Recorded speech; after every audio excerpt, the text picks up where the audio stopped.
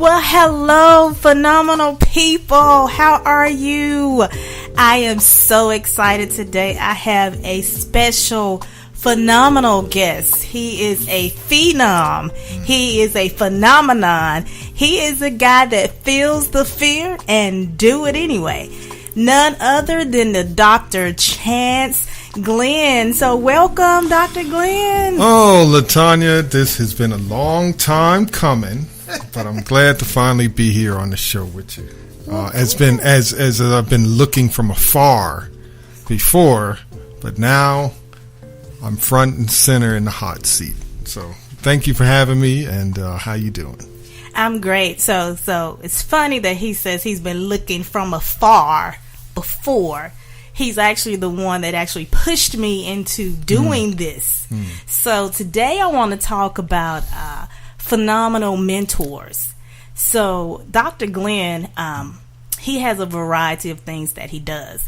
And I've actually watched him from afar. I was at Alabama A&M University consulting, doing some government contracting work, and he was a fresh new dean right on campus. Yeah.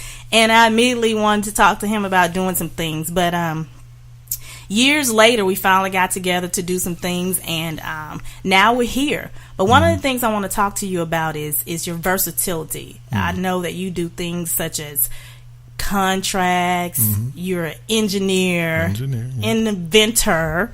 And I like scientist, inventor, whatever. Whatever. And what? I also hear that you write music as well. So tell us a little bit about how you put all that together. Well, wow, where does it start? I think the common factor in all of that is about creativity. I like to create things. I like to accomplish things. And I think, and you may say this is bad or whatever, but I think I like for people to see my accomplishments. I think that's part of a motivating factor. I think for people to appreciate. Because I was going to say, see your accomplishments. No, but to appreciate the accomplishments, after it's done. It's also too. There's this feeling of when you completed something and is good. Right. That sounds good. Yeah. So it might even be a drug. It's like a drug in a certain way to always want to have that. So that's why I'm always trying to create stuff and do stuff. And I'm like, oh yeah, I could do that. Yeah, I could do that. Yeah, I could do that. And before you know it, I'm doing all these different things. Okay. Well, let me ask you a question. So because you do all these different things, can you be good or can you be great at multiple things? You know what I'm going to say? I'm going to say that I'm great at a lot of things. I'm good at some things as well. There may be some things I'm not very good at. Like I can't dance. But there are a lot of things I'm good at, and I think I'm great at a lot of things too. And yeah, that's how it. Well, so there's a difference between good and great. Yes. So the question is, can you be great? Or let me use a word that my audience is familiar with. Okay. Can you be phenomenal at all those things? Well, I guess if you can look in history. Some of the people that are the greatest people you could just put your mind on and think of right off the top of your head, they probably were really great at one thing. Okay, I'm gonna put you to the test. Just name right off the top of your head, name 3 or 4 of the greatest people that ever lived. Okay, Muhammad Ali. I'm the greatest. He said he was Muhammad the greatest. Ali. Okay, you got Michael Jordan. Michael Jordan. He is the absolute greatest. Okay. Then you have Whitney Houston. They're great at one thing. At one thing that you know of. Because that's what they did. That's what they're known for. Because that they excel. Now, but see, now is a different question you're asking. Can you excel at multiple things? There may be a few people who might have done that. But typically when you excel and become either famous or really somebody at a national or global level, it's probably for one thing. Okay, so now you're changing my question. That's for great. You said, okay, so let me tell the audience, Dr. Glenn and I have this kind of bantering back and forth. That's why he's a mentor of mine. He pushes me to think, but I think I push him to think too. So I just asked him a question, okay, and you guys see how he swayed it, turned it around, turned the tables on that. But what I want to say is that the reason I think it's important to know about the things that you've accomplished and the things that you've done is because I want you to talk to the people about how they can do multiple things and be great at it. How can they do that? Well, let me talk about kind of where I started. I started, in school. I was smart in school. I kind of grew up in this era, as being a black man, a black young man at the time. My peers, if you were smart in school, you'd be accused of trying to be quote unquote white. So I grew up through that. But the way I almost turned that around was two things. I was an athlete, and also I would actually help other kids in the class do well on their tests. So it turned it around, so I wasn't picked at for being smart. Now I was looked at as being the smart person and somebody they could go to. But also being an athlete was cool. I played basketball, was good at it, and so I was known for that too. And so, but also could draw. I'm an artist, draw and paint. Okay. I went to the Alabama School of Fine Arts in Birmingham. That's where I'm from. Yeah. So if you went back in time or went back and asked people who knew me in different times, they would have said I would be different things. Some people would have said I was going to be an artist. Some would have thought I was going to play basketball. Some would have thought, I was smart. He's going to be some smart whatever. Some knew I was into electronics and science and stuff like that, so they probably would have thought that. So it just depends. And so I was doing a lot of different things. And also I sang. So I grew up singing. I was in a church that didn't have music in it, but we had to learn how to sing on key and harmonize just from hearing it, because you didn't even have a piano in the church to pluck out the parts. You just had to listen to it and come up with the harmonizing notes. That's how I learned how to sing. And so I sang. I don't know where the writing came from, but singing, I grew up doing that. Just listening to you, I figured out something. Uh-oh. Okay. So you said when you were in school that you were smart, and everybody kind of picked on you for being smart, but you actually turned that around and became an athlete. And then you helped others become smart as well. Then you said you were in a church that had no music. So you decided that you're going to create the music because that's something that you felt like that was needed. That's actually phenomenal, because what you're doing, I think, through you being a scientist, an engineer, a songwriter, all of that, a CEO, I think that actually makes you a creator. Yeah, well, I think that's what I said from the start, was the creativity. I have patents, so when I come up with an idea, and ideas and new things and innovations usually come out of need. They're birthed out of need. Right. Something that isn't there, that needs to be there, a better way of doing something. That's usually where it comes from. So I think I'm one of those kind of people, and I just apply it in a bunch of different ways. And I think that's why it comes out that way. That's good. That's good. I was on Facebook about a couple of weeks ago, and I was talking about your 3 different segments of your brain. And one of the brain is just your robot brain that you're programmed to just do whatever. Okay, this is what I'm supposed to do. I wake up in the morning. This is how I'm programmed to do. Then the other is the monkey brain, which you probably see I reside in that sometimes. I'm here, I'm there, I'm hey. Yeah. But then there's I call it the God brain, which is the creation, the creator brain. That's the brain that I think right now that we should be living in, because I think that's the part of our brain that produces things like what you're doing. Now, because of the way things are, most things are necessary.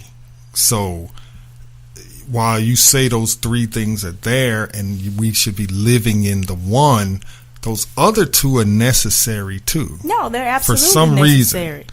But I'm saying that the creator brain, that's the brain that you have to push. The monkey brain, you kind of, if you see something yellow, hey, that's yellow. The robot brain, you get up in the morning, that's automatic. But to create, just like you had to create music, where did it come from you? I mean, you're in the Church of Christ with no music. See, now I didn't say Church of Christ. Well, you just outed me. We know the Church of Christ. My best friend's in the Church of Christ. My friend Jennifer's in the Church of Christ. Oh, interesting. Okay. So we know, but you created that. That's something you have to. That's something that just didn't automatically come to you. It's something that was a part of you that you start thinking about, that became a passion of yours. That wasn't how you were raised, right? Now, okay. Now the song writing and all that stuff came later. Now, I grew up in the Church of Christ, but by the time I went out and got to college and beyond, I'd left that all behind. And I wrote one song that during that time I was growing up, but I didn't start writing songs more regularly until when I was living in Maryland. I was a part of a church where it was a creative church, completely different. Music, drama, all that stuff was in there. So imagine that transition. But yeah. but the idea was to create songs that fit the message on the day or the Sunday that, so we knew the topic for the week, so we would try to come up with stuff. And a lot of times, instead of trying to find music that was going to fit, we would write it.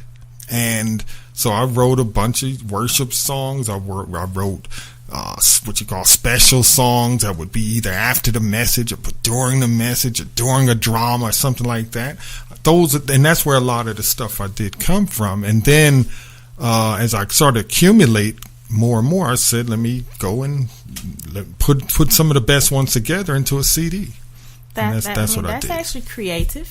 Yeah. But, we're going to go on break because I think you just tried to just take over the show. I'm asking you asked me. I'm asking the questions, and you need to answer the questions as such, Dr. All right. So, you guys, I'm going to go on break, but before I go, I want to make sure you go to my page, Phenomenon, and also follow me on Periscope at Tonia Phenom, although I haven't been there in a while.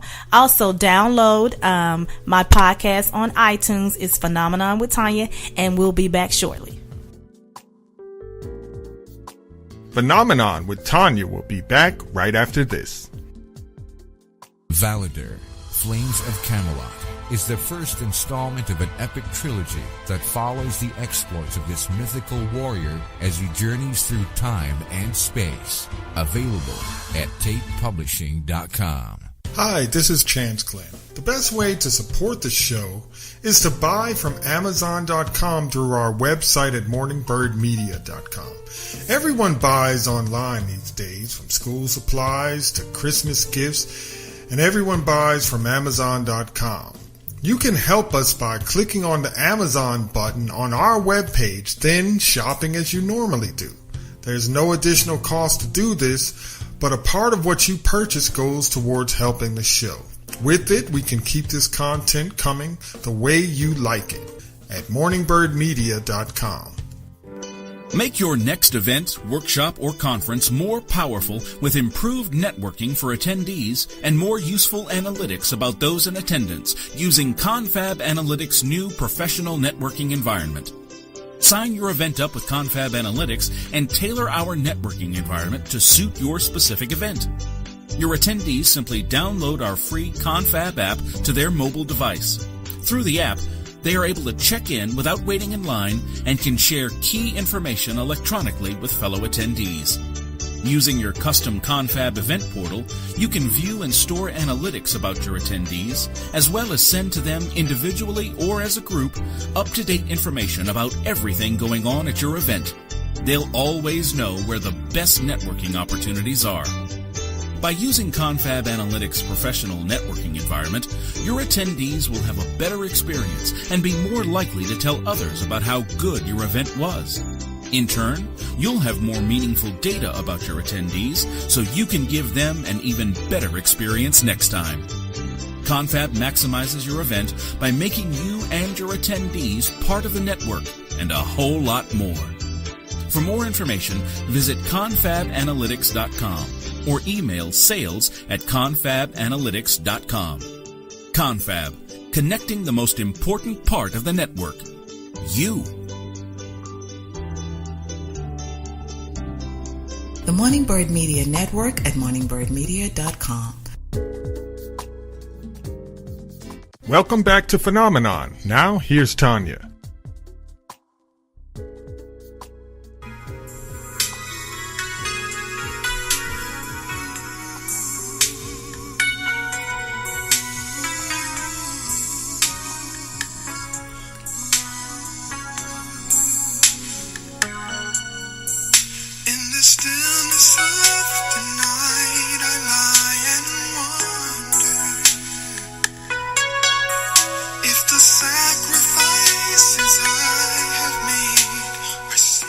Okay, so do you guys know who that was? That was Dr. Chance Glenn. Yay! Dr. Chance Glenn, the musician. So we talked a lot about his background in the music industry, but now I want to talk to the CEO. The CEO of Morningbird Media. Morningbird Media. So tell me about Morningbird Media Corporation. Well, as I was, writing music, when I did my first CD, I decided to create a independent record label as opposed to try to shop it to bigger labels. And I did that, and I called it Morningbird Records. And then, and Morningbird is actually because of my daughter. It's kind of named for her. So what it has evolved into almost is a company that encompasses a lot of what I am, and which is, the creative side, the media and music, but also the technical side of the technology part. And I'm doing technology and have recently, started some projects that we're pretty excited about. So I'm doing those things through Morningbird Media Corporation. Oh, that's awesome. Yeah. Awesome. So now we're going to switch over and talk about how is it to be the dean of engineering. I've been at social functions and networking event with you, and I know you're the president of the Alabama A&M University Rise Foundation. Right. And well, I think that's phenomenal because it does government contracts. But when they find out you're the dean of engineering, I mean, why do you think they look at that more so than? I think everybody knows what a dean is, even more so. Well, I think a president of a university, people know, president of a university. And then the next level for most universities is a provost. But I think if you ask 10 people, 9 won't even know what a provost is. But I think people know what a dean is. I think they know a dean runs something, right? Run the college or the school or something. So I think that's that, and it's a high level academic administrative position with a lot of responsibility. So I think that's what people gravitate to. But I always wanted to be a college professor, and I was one, and I still am one because I'm a full professor and a dean. So, wow. So when if I ever step down of being a dean, I can always be a professor. Right. But I ascended through the ranks, being a professor, and became, a director of a research lab, and then associate dean, and then a dean, and then became the dean of engineering at Alabama A&M. Yep. That's great. So let me ask you a question. Was there a strategy to how you got to where you were? I mean, did you just make up your mind that, okay, these are the steps that I'm going to take. This is how I'm going to get there. I mean, just kind of tell the audience. Not at the beginning. At the beginning, I wanted to. What I can tell you in the middle was that all the other steps. I worked for the government for a while, then I started a company, ran a company, developed technology, sold the technology. But always, I wanted to be a professor. So I applied for a position and I got the position. So, when I went there, I was, I wanted to be a professor. But what happens is that if you're a certain kind of person, especially when people can bring stuff to you and you can solve it, and people know they kind of rally behind you. Some people just have leadership or something within them, and people tend to rally behind them because you show you can solve a problem or whatever. So more and more responsibilities started to come upon me because I would step forward when something was needed. Okay. And that led to becoming a faculty associate, and all that became, opportunity to become a dean at another university. And so in order to keep me at the university I was at, they said, okay, let's make him associate dean of, So I don't think I came in with a plan to ascend into academic leadership right away. But it almost felt like it was a natural progression once I got there. So, do you think that was already placed on the inside of you and that you just kind of propelled into those positions? I don't know. I'm not sure what you mean by placed. Okay, so there's an eagle, yes. Right? So an eagle can choose to flap his wings, or either he can soar. So you're in the soaring. Okay, now, so since you use that analogy, the eagle has the ability to soar within him. You could try to keep him grounded and say peck around on the ground like you were a chicken. Right. But the eagle can soar because he has that ability within him. So he was born like that, right? Yeah, and I think there's characteristics that, like I said, here's one quick example.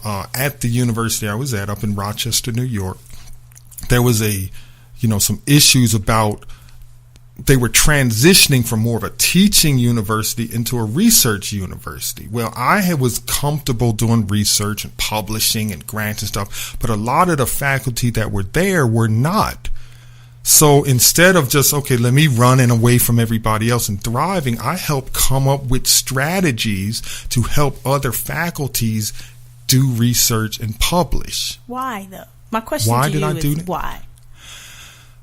That's the part that's in me. And I just don't run away from people. I usually try to help them run with. And that actually has been a failing, and if you want to say that, but sometimes I will help create opportunities for others when I should steer resources and opportunities to something I'm doing. What's that need that you have on the inside to help others?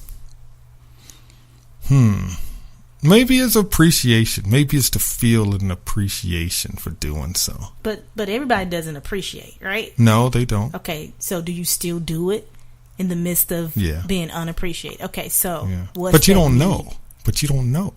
You know. Sometimes, well, I don't know. I mean, I'm not sure what you're getting at further than that, but okay. So this is Dr. Chance Glenn, right? So he's trying to figure out if I'm trying to get to an angle instead of answering the question. This is the most difficult guest on the show. So I'm asking him a question. We're gonna have to do a two-parter here. I think we are gonna have to do a two-part. I'm asking him a question. So all right. Okay. So what's the question again? The question is, what is that need that you have on the inside of you to help people? I don't know the answer to that. Okay, I'll acknowledge that it's there. Do you think you were born with that? Yes. Okay. Yes, because I was always the person at home. Something needed to be fixed. Something needed to be done. Something that I was going to be the one. Okay. Right. So audience, here's what I'm trying to get to you. What? There's certain things that's born on the inside of you. You have that ability, and if you just soar like the eagle, or you just run with it like Dr. Glenn, you'll be successful. You'll be phenomenal. So Dr. Glenn is a mentor of mine, and one of the things that I want you guys to know is that in this, I guess, let's say 2016, there are 3 areas I want you to live in. Number 1 is you have to disassociate yourself from people that are not a part of your core value. Dr. Glenn is a true part of what I believe in and who I am, even though we kind of banter back and debate about certain things, but he's a part of that. Number 2, I want you to limit your association to people that they believe in you, but some people are either jealous or they don't go all the way with you. Right now, the third person that I want you to absolutely cling to in 2016 is in your expanded association. I'm hanging out with Dr. Glenn. He's a doctor, Dr. Glenn. He's the person that's over the Rise Foundation. He's in Morning Bird Media, and he's pushed me to do Phenomenon. And just by the way, I'm not a medical doctor. So they know you're not. By the way, he's not a medical doctor. Okay, you guys, please note and tell them how to find you so they can find you. Well, what do you want them to do? You got a bunch of places. Yeah. Start with morningbirdmedia.com. That's the place. I mean, where all of this emerges, the technology, the media, the publishing, all that stuff is there. So morningbirdmedia.com is probably the most important place to start. Okay, so find him at morningbirdmedia.com, but before you find him at morningbirdmedia.com, you also need to check him out at the Rise Foundation. Any government contractors out there that's wanting to team, do some work with the school, they are an HBCU, so you can contact him, and he is www.aamu-rise.org. Yes. Okay, so the next thing I want to talk about is what's the future for Dr. Chance Glenn? What does that look like? The undiscovered country. Now that's for those geeks out there. That's from Star Trek. What's the future? I'm hoping to. I mean, while I'm in academia, I want to grow within that and ascend to whatever level within academia that makes sense. I mean, I think in one side, I think I want to be a president of a university. I think that's one of the goals I have.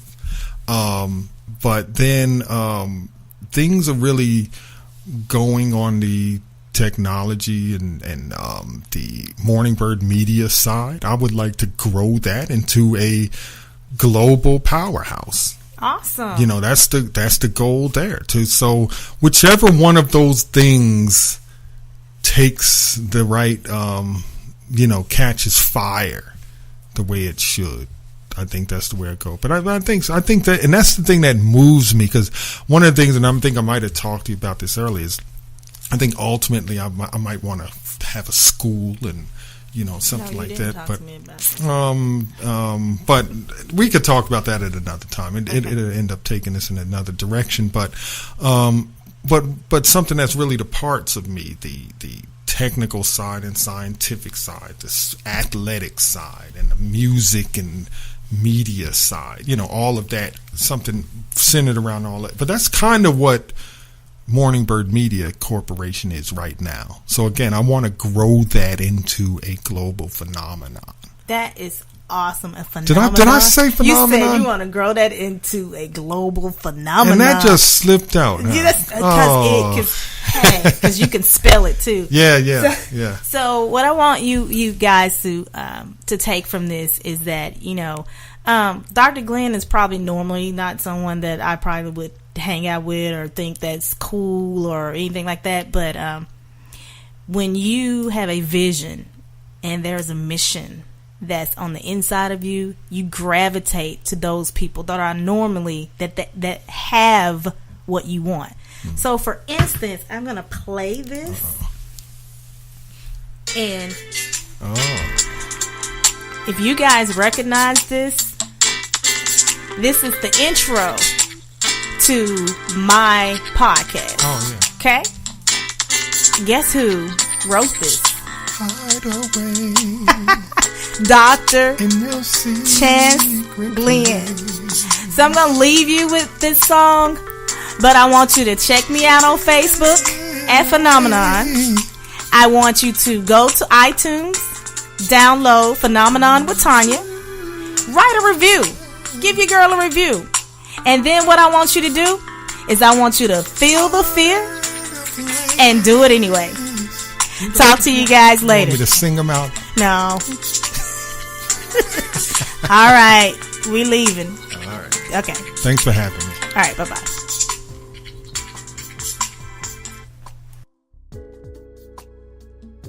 This has been Phenomenon with Tonia. To learn more about the show, visit morningbirdmedia.com, or you can email at phenomenon@morningbirdmedia.com. Also, check out Facebook under Phenomenon. Come back and join Tonia as she helps you feel the fear and do it anyway.